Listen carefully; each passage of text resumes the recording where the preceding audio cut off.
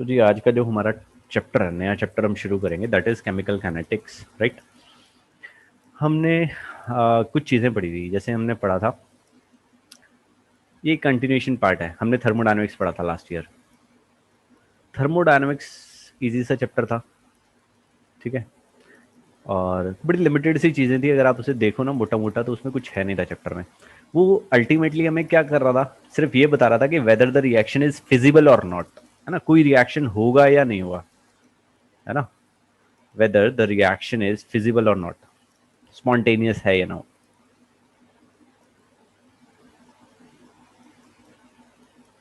है ना। हमने एंथैल्पी पढ़ा था, एंट्रोपी पढ़ा, उसके बाद सारी चीज़ें पढ़ी, है ना, स्टेट फंक्शंस थे, पाथ फंक्शंस थे, और उसके बाद अल्टीमेटली हमने डेल्टा जी निकालती था, जो एंथैल्पी और एंट्रोपी का मिक्सचर था, है ना। और वो हमें बता रहा था कि भैया रिएक्शन मेरा फिजिबल है या नहीं है ना। तो थर्मोडायनामिक्स में ये कहानी थी उसकी।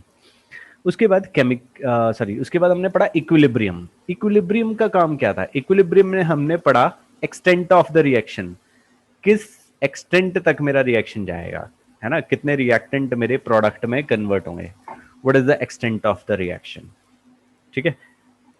कम जाएगी, ज्यादा जाएगी, उसके अंदर के की जो वैल्यू थी, इक्विलिब्रियम कांस्टेंट की वैल्यू अगर 10⁻³ से ज्यादा होती थी तो रिएक्शन मेरा कंप्लीशन तक जाता था, अगर 10⁻³ से कम होती थी तो क्या होता था, रिएक्शन हार्डली प्रोसीड, और उनके बीच में रहता था। तो यही चीजें थी इक्विलिब्रियम में, हमने यही चीज पढ़ी थी और इससे ज्यादा कुछ नहीं पढ़ा, है ना, what is the extent of the reaction. But chemical kinetics ये उसका एक्सटेंडेड वर्जन है, ये दोनों चीजें मैं बता तो रहा था। अब काइनेटिक्स होता क्या है? काइनेटिक मतलब मोशन, तो ये रिएक्शन की स्पीड के बारे में बताएगा, speed of the reaction,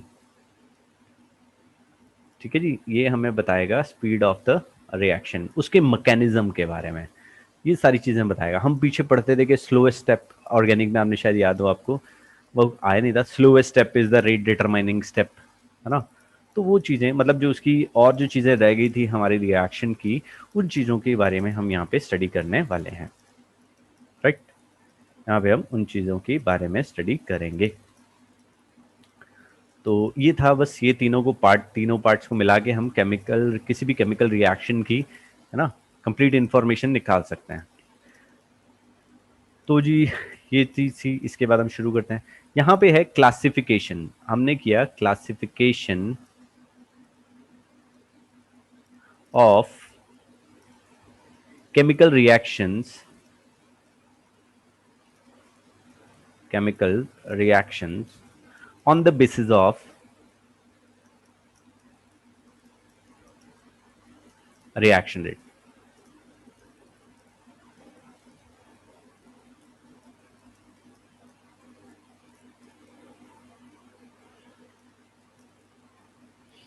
classification of chemical reaction on the basis of reaction rate. Reaction rates मैंने आपको बताया, स्पीड ऑफ द रिएक्शन, है ना,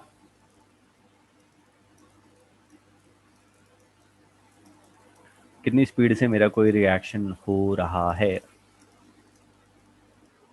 तो हमारे पास तीन टाइप की रिएक्शंस होती हैं भैया। एक होती है instantaneous reaction,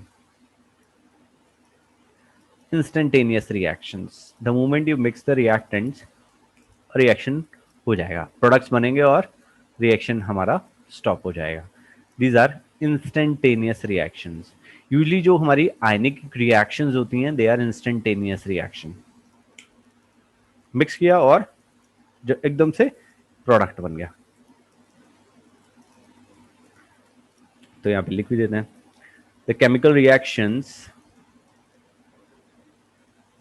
the chemical reactions which are completed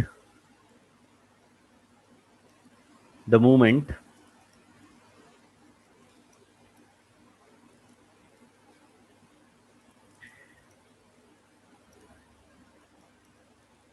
the reactants are the moment the reactants are mixed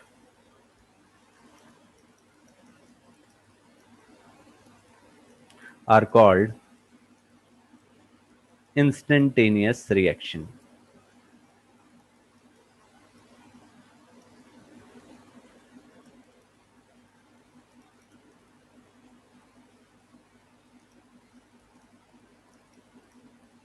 right. तो भैया यहाँ पे हमारे पास मैंने आपको बताया कि हमारी जो आयनिक रिएक्शंस होती हैं वो इतनी फास्ट होती हैं। जैसे एग्जांपल लेता हूँ, इफ़ यू रिमेंबर हमने फर्स्ट चैप्टर में किया था मूल कंसेप्ट में, AgNO3 plus NaCl plus one के लैंडोल ट्यूब में, एक में AgNO3 लिखा था, एक में NaCl रखा था, और दोनों को मिक्स किया तो साथ में क्या होता है, AgCl जो है वो प्रेसिपिटेट कर जाता है, और Ag सॉरी AgCl तो हो गया, NaNO3 हमारा एक्व स्टेट में रहेगा। तो this is a instantaneous reaction, A B aqueous, ये बी एक्वस, ये AgCl सॉलिड स्टेट में प्रेसिपिटेट कर जाएगा। क्लियर हो गया जी। तो this is known as instantaneous reactions. Ionic reactions होती हैं यूजुअली।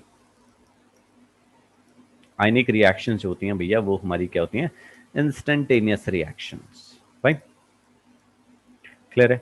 ये व्हाइट कलर का पीपीटी यहाँ पे लिख देते हैं, व्हाइट पीपीटी।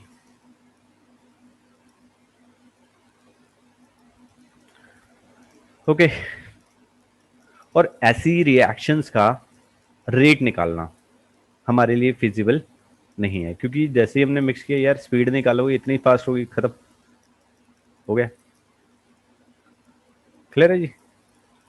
तो भैया इनका रेट निकालना पॉसिबल नहीं है। सो these reactions are extremely fast.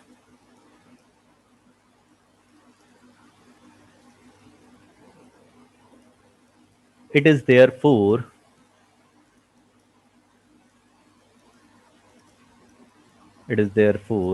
not possible to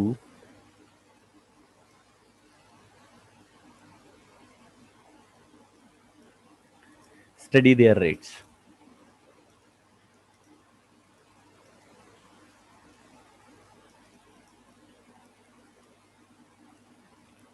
ठीक है जी, क्लियर है।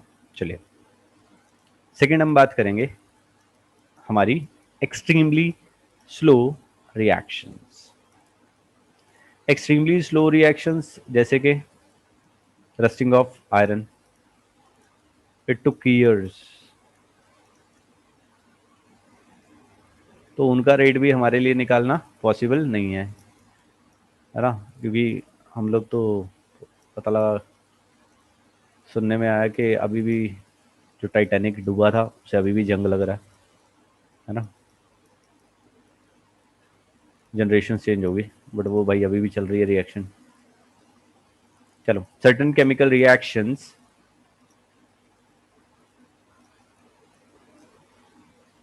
Are very slow.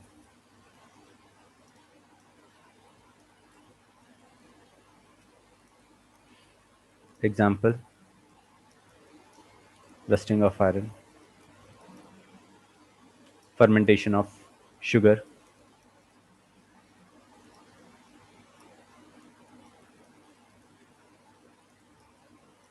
है ना, जिससे हम शुगर से अल्कोहल बनाते हैं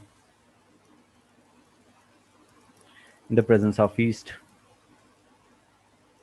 in the presence of yeast, in the presence of yeast, takes more than a month.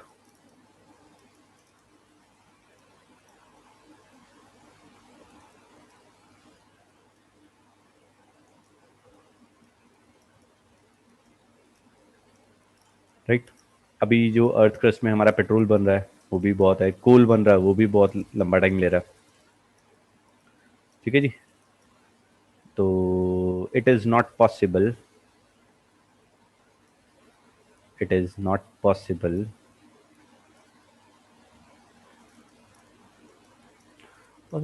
feasible, it is not feasible to study the rates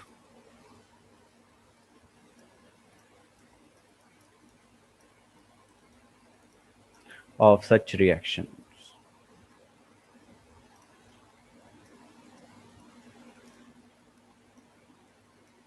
Right? It is not possible to study the rates of such reactions. Third, reactions proceeding at a measurable rate.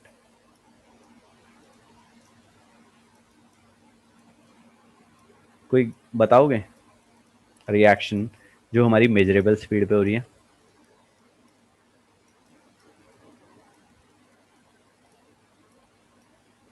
हाँ जी,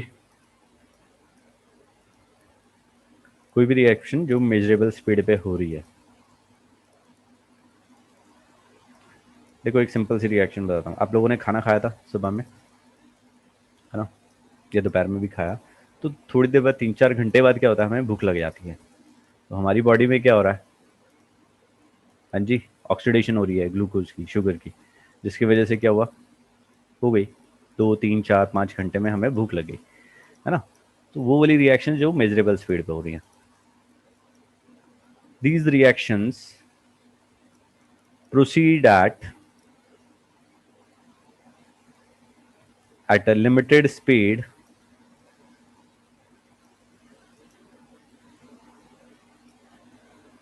and their rates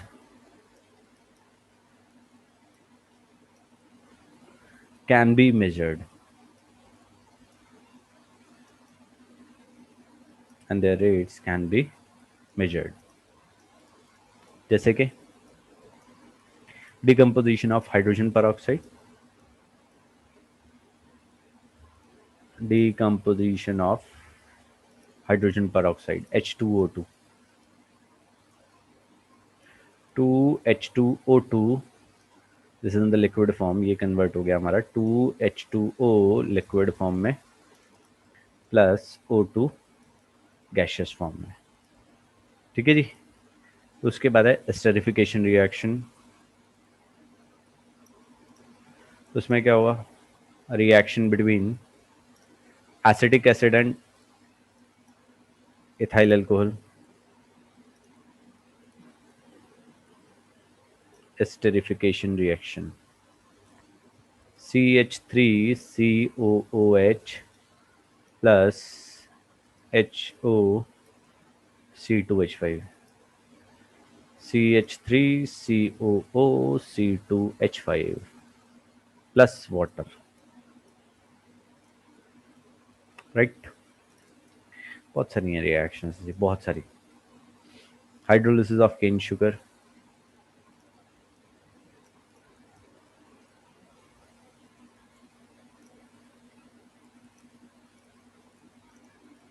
C12H22O11 plus H2O, this will give us C6H12O6 plus C6H12O6, एक glucose और एक fructose.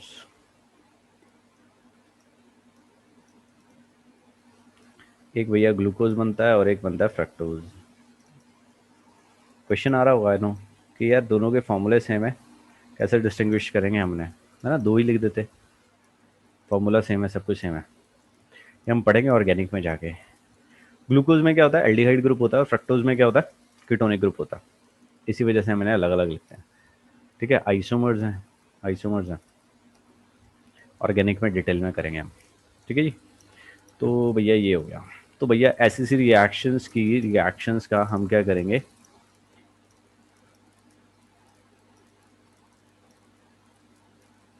Rate of reaction find out करेंगे, है ना, या speed of the reaction हम find out कर सकते हैं। चलो आगे चलता है। Rate of chemical reaction. Rate, rate होता क्या है, कितनी स्पीड से हमारी कोई रिएक्शन प्रोसीड कर रही है। Rate of chemical reaction,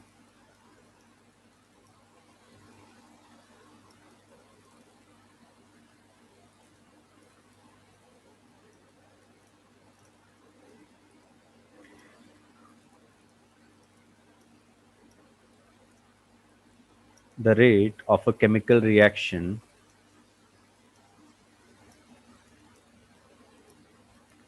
the rate of a chemical reaction is the change is the change in the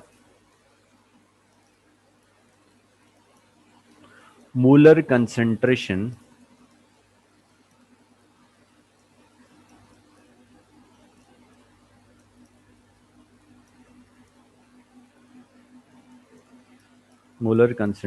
of the species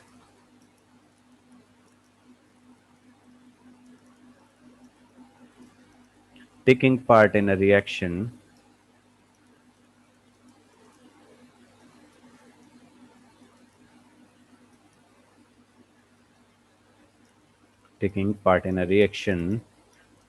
per unit volume, per unit time, sorry.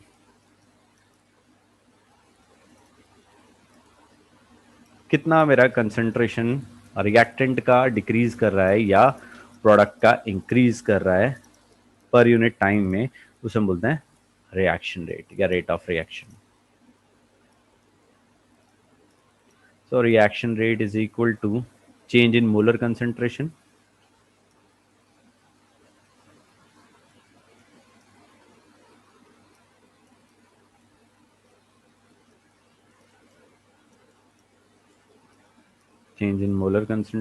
upon time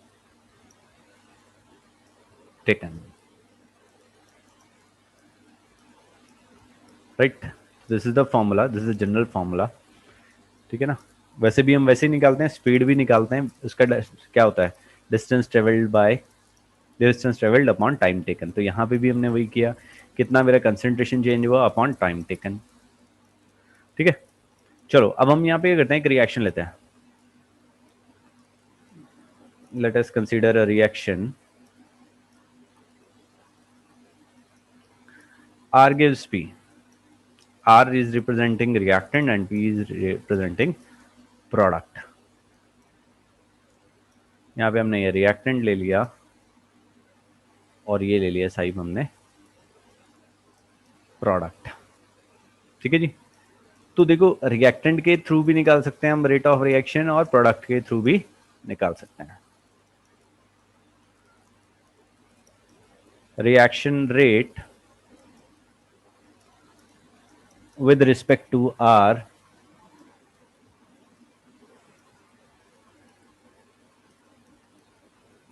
that is equal to decrease in molar concentration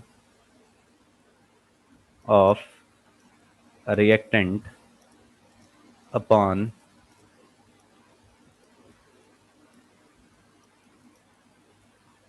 time taken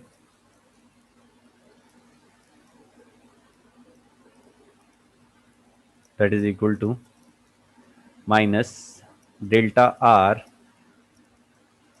upon delta T. Negative sign बाद में बताता हूँ क्यों डाला मैंने. Reaction rate with respect to P product, that is अब product का concentration क्या हो रहा है, इंक्रीज कर रहा है.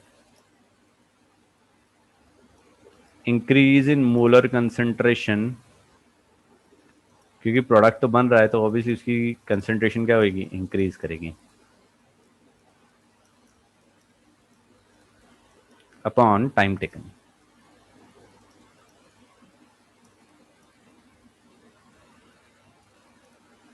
that is equal to delta P upon delta T. अब देखो रिएक्टेंट की कंसंट्रेशन डिक्रीज कर रही है. इनिशियली उसकी R1 थी, वो R2 पे गई, बट जो रेट है, स्पीड है, वो कभी भी एक नेगेटिव क्वांटिटी नहीं हो सकती. तो उसको पॉजिटिव बनाने के लिए हमने क्या किया, इसके आगे नेगेटिव साइन रख दिया ताकि हमारा जो रेट है वो पॉजिटिव आए. अभी बता दूं.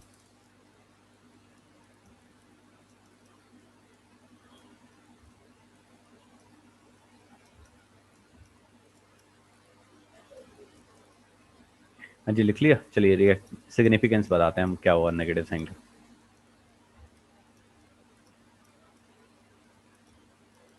सिग्निफिकेंस क्या है, रेट को पॉजिटिव बनाना यार. Significance of negative sign.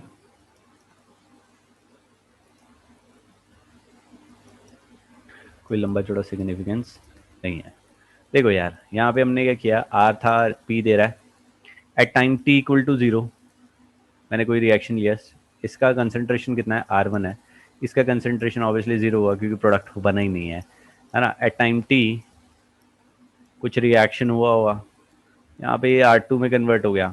यहाँ पे लेट से इसका कंसेंट्रेशन मैंने यहाँ पे P1 ले लिया, यहाँ पे क्या हो गया P2 हो गया। ठीक है, अब मैं रेट निकालता हूँ। रेट क्या हुआ, ये final concentration minus initial concentration R2 minus R1 upon T। अब इसके अंदर देखो, यहाँ पे लेट सपोज R1 की वैल्यू 10 थी, R2 की वैल्यू कितनी है 2 है, तो यहाँ पे अगर आप करोगे 2 माइनस 10 अपॉन टी, तो ये कितना आ रहा है -8/t, है ना। अगर मैं यहाँ पे ऑलरेडी रेट को लिख देता हूँ minus delta R upon delta T, और डेल्टा आर कितना था, यहाँ पे नेगेटिव साइन बाहर है, R2 minus R1 upon T. अब ये क्या आएगा -8 -8 अपॉन टी। अब ये क्या हो जाएगा, पॉजिटिव क्वांटिटी। नहीं कर रहा था तो ये क्या आ रहा था, नेगेटिव क्वांटिटी। और रेट कभी भी नेगेटिव नहीं होगा, रेट कभी भी नेगेटिव नहीं होएगा। क्लियर है जी। और ऐसे ही अगर मैं प्रोडक्ट की बात करता हूँ, प्रोडक्ट का रेट निकालना था, that will be equal to क्या था, डेल्टा पी। वहां पे मेरे को करने की जरूरत नहीं है। क्यों नहीं की जरूरत है, लेट्स से यहाँ पे 0 था, पी में कितना हो गया 8 बन गया, तो यहाँ पे क्या आएगा P2 minus P1, P2 minus P1 upon T. P2 कितना 8, P1 कितना 0 अपॉन टी, तो 8/t, that's it, this will be the answer. तो भैया सिग्निफिकेंस कुछ नहीं है, सिर्फ क्या करना है, रेट ऑफ रिएक्शन को एक पॉजिटिव क्वांटिटी बनाना है, that is significance of negative sign.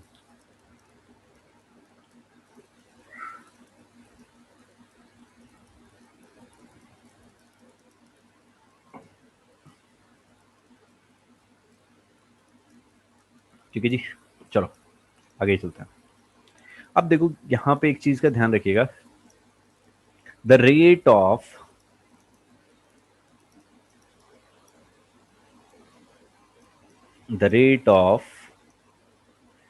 decrease in concentration of R is same as that of as the rate of increase in concentration of product P। तो यहाँ पे क्या आया, minus delta R upon delta T is equal to delta P upon delta T. Clear हो गया, ठीक है जी, clear है। अभी एग्जाम्पल से समझाता हूँ मैं आपको, ठीक है, मैं आपको इसे एक एग्जाम्पल से समझाता हूँ। यहाँ पे हो गया। अब इसके बाद क्या हुआ, मैंने कोई रिएक्शन लिया, let's say I have a reaction A plus B gives 2C। ठीक है जी, A plus B gives 2C। तो यहाँ पे क्या हुआ, यहाँ पे क्या हुआ, रेट ऑफ ए का, ए की कंसंट्रेशन डिक्रीज करेगी, बी की कंसंट्रेशन इंक्रीज डिक्रीज करेगी, और सी की कंसंट्रेशन क्या है हमारी, इंक्रीज करेगी। ठीक है जी। तो यहाँ पे क्या हुआ, रेट ऑफ रिएक्शन हम निकालते हैं, rate of reaction will be equal to minus, क्योंकि रिएक्टेंट के केस में हमें लगाना है, minus delta A upon delta T will be equal to minus delta B upon delta T, which is equal to 1/2, जो भी इसके स्टोकियोमेट्रिक कोफिशिएंट है उसमें से डिवाइड कर देंगे, delta C upon delta T. जितने भी हमारे स्टोकियोमेट्रिक कोफिशिएंट्स आएंगे, यहाँ पे 1 थे, यहाँ पे 1 थे, तो उसे 1 से 1 डिवाइड किया, लिखने की जरूरत नहीं है। यहाँ पे 2 मोल से तो हमने 2 से डिवाइड किया उसे। ठीक है, दिस शोज 2 इंटू, अब देखो इसे इससे मल्टीप्लाई कर देते हैं, 2 into rate of disappearance of a disappearance of a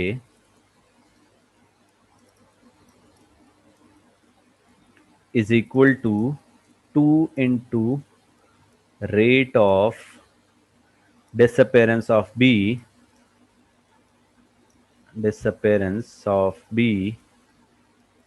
is equal to rate of appearance. अब C प्रोडक्ट है तो वो अपीयर होएगा, rate of appearance of C। तो ये भी आ गया हमारे पास, है ना। Rate of disappearance of A 2 into rate of disappearance of A equal to 2 into rate of disappearance of B which is equal to rate of appearance of C. याद रखिएगा।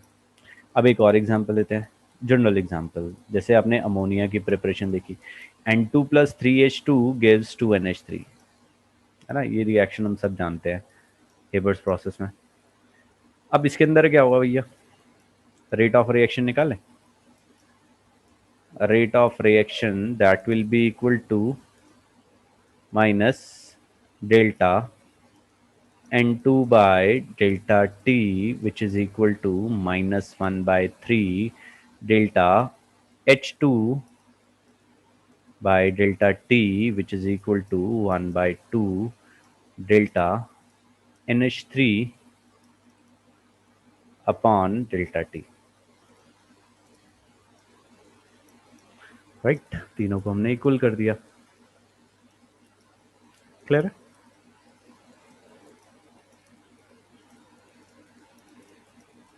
और ये जो है 1 मोल 3 मोल 2 मोल, इनको हम क्या बोलते हैं, स्टोइकियोमेट्रिक कोएफिशिएंट। ठीक है। तो इस तरीके से हम किसी भी रेट ऑफ रिएक्शन को रिप्रेजेंट कर सकते हैं। ठीक है, चलो एक पॉइंट लिखवा रहा हूं यहाँ पे। एक चीज थी, rate of reaction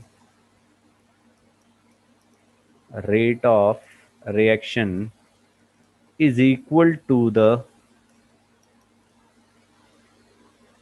rate of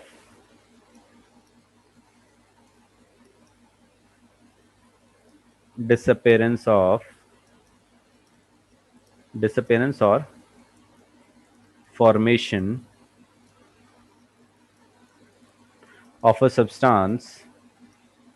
पूछेगा क्वेश्चन में, what is the rate of appearance, rate of disappearance of reactant product, ऐसा कुछ। formation of substance in a chemical reaction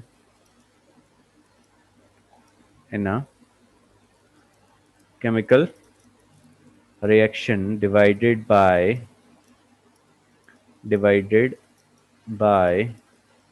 its stoichiometric coefficient।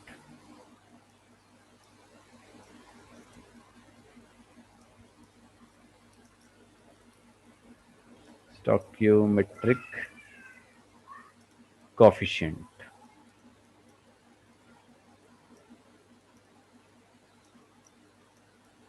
ठीक है जी। तो ये हो जाएगा, rate of reaction is equal to rate of disappearance और formation of substance in a chemical reaction divided by its stoichiometric coefficient. तो ये था, राइट। अब इसके यूनिट्स कर लेते हैं। कुछ नहीं है यार, यहाँ से इसको डिवाइड कर दिया तो रेट ऑफ फॉर्मेशन आ जाएगा, है ना। रेट ऑफ रिएक्शन था, अगर मुझे ये बताना है तो मैं इस 1/3 को हटा दूंगा तो वो आ जाएगा, that is rate of formation या डिसअपेरेंस। न्यूमेरिकल कराऊंगा तब समझ में आ जाएगा। चलिए नेक्स्ट करते हैं। नेक्स्ट है हमारा units of rate of reaction. अब यूनिट्स तो क्या आएंगे, ए आर जो था या पी था वो कंसंट्रेशन को, क्योंकि स्क्वायर ब्रैकेट में था तो वो हमारा क्या कर रहा था, स्क्वायर ब्रैकेट कंसंट्रेशन को रिप्रेजेंट कर रहा था। ठीक है जी। तो units of rate of reaction,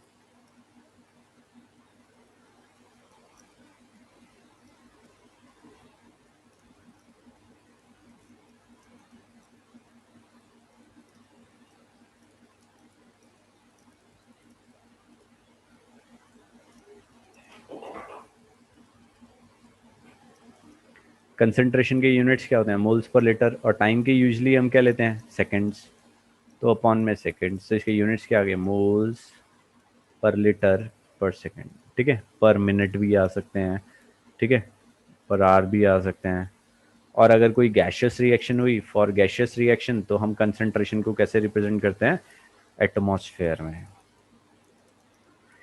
for gaseous reaction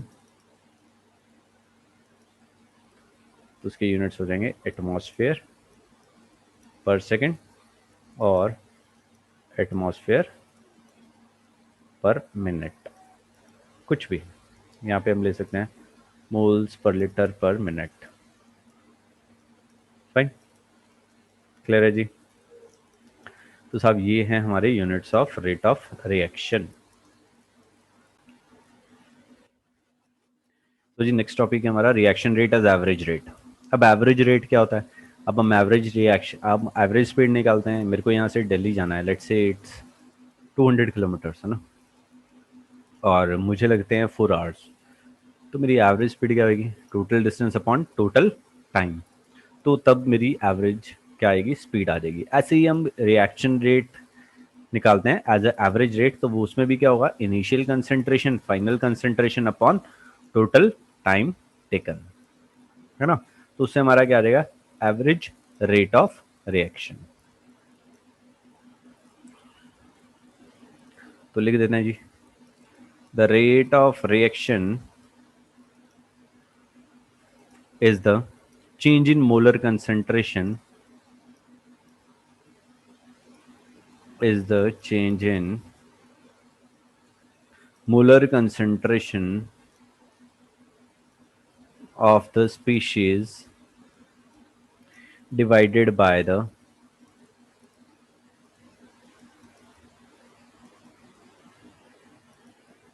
time taken for change, time taken for change। ठीक है जी, this is called average rate of reaction. ठीक है जी, इसको समझने के लिए हम करते हैं यहाँ पे ग्राफ ऐड करते हैं। तो जी हमने ग्राफ यहाँ पे डाल दिया। अब इसमें क्या किया? A graph is plotted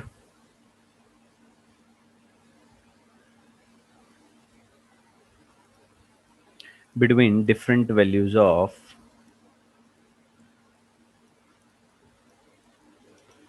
between the different values of the molar concentration of the reactant R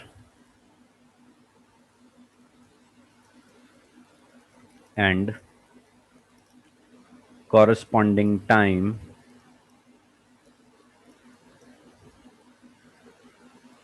and the corresponding value of time। ठीक है, तो ये ग्राफ बना, देखो रिएक्टेंट की कंसंट्रेशन विद टाइम क्या हो रही है? हमारी डिक्रीज कर रही है। ठीक है जी, लेट x1, ये x1 यहाँ पे है, let x1 be the molar concentration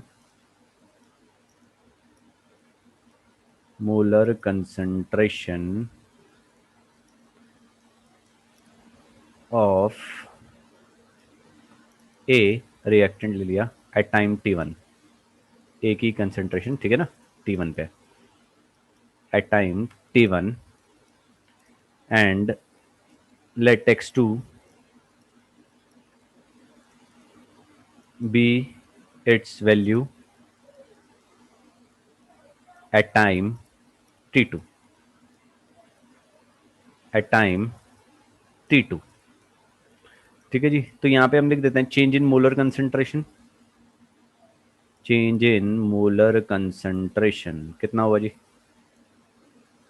x2 से लेके x1 तक। चेंज इन टाइम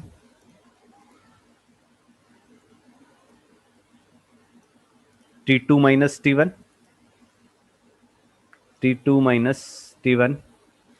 तो रिएक्शन रेट क्या आ जाएगा भैया?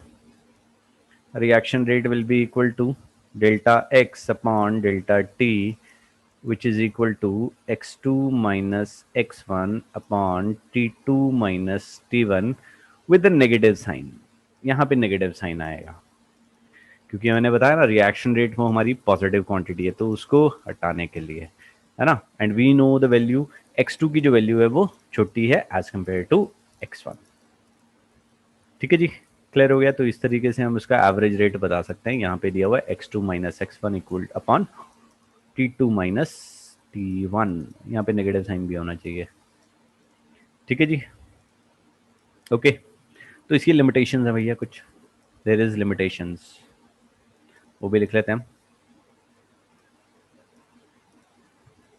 ग्राफ बना लीजिएगा, ग्राफ पे ऊपर क्वेश्चन आते हैं, लिमिटेशंस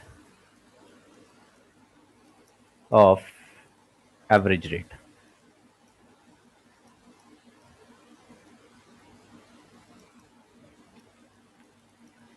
का लिमिटेशंस है भैया, लेट्स सी। ये हमें एग्जैक्ट वैल्यू नहीं बताता, ठीक है जी। It does not give the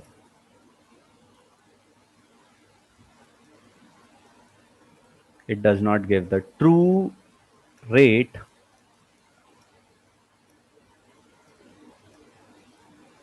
of a reaction।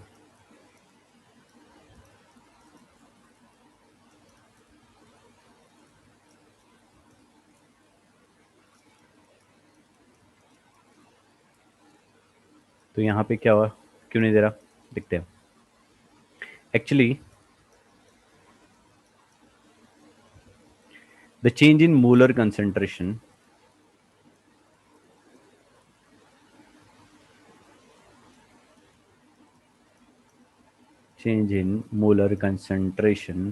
of a particular species for two same gaps of time interval is not same।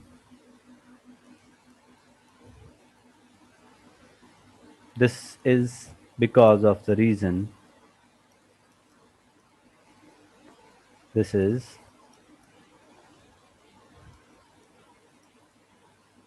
because of the reason that the change in molar concentration, that the change in molar concentration is related to the actual molar concentration। Actual molar concentration, ठीक है जी। Same gap है time interval में, वो हमारा same नहीं था, ठीक है जी। इसी वजह से हम मोलर कंसेंट्रेशन जो है, ठीक है, चेंज इन मोलर कंसेंट्रेशन उसे हम टोटल मोलर कंसेंट्रेशन से कर सकते हैं।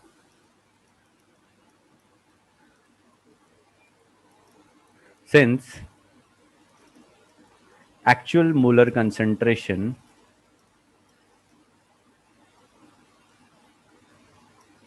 changes with the time,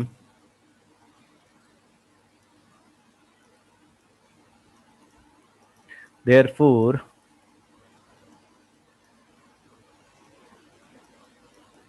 change in molar concentration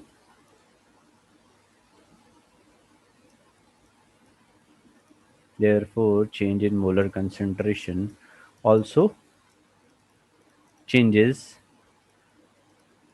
and so is the reaction rate, ठीक है जी। अगर मोलर कंसंट्रेशन चेंज हो रही है तो भी हमारा रिएक्शन रेट चेंज हो जाएगा। मतलब देखो यार, सिंपल सी चीज़ मैं बताता हूँ। आप लोग गाड़ी से जा रहे थे, है ना, हम लोग गाड़ी से जा रहे थे, 200 किलोमीटर का डिस्टेंस था और इट टुक 4 आवर्स, है ना। तो अपनी की एवरेज स्पीड क्या आ रही है, 50। तो ऐसा क्या हुआ, क्या हम 50 की ही स्पीड पे चलते रहे, कभी 40 पे भी होएंगे, कभी 80 पे भी होएंगे, कभी 20 पे भी होएंगे, ठीक है ना। तो वही चीज़ उसने बोली है कि भैया जो वहाँ पे गैप है वो हमेशा सेम नहीं रहेगा, तो कभी बढ़ जाएगा, कभी कम हो जाएगा। अगर आप ग्राफ को भी देखो तो ग्राफ भी एक तो उसे स्ट्रेट लाइन होना चाहिए था, बट एक स्ट्रेट लाइन नहीं है ना। ये ऐसे ही जा रहा, नीचे डिक्रीज हो रहा है, फिर उसके बाद आगे स्लो हो गया है, समझ रहे हो। तो इसी वजह से इसकी लिमिटेशन है, ये हमें actual rate of the reaction के बारे में हमें नहीं बताता है। क्लियर हो गया जी। ये हमें एक्चुअल रेट के बारे में नहीं बताता है।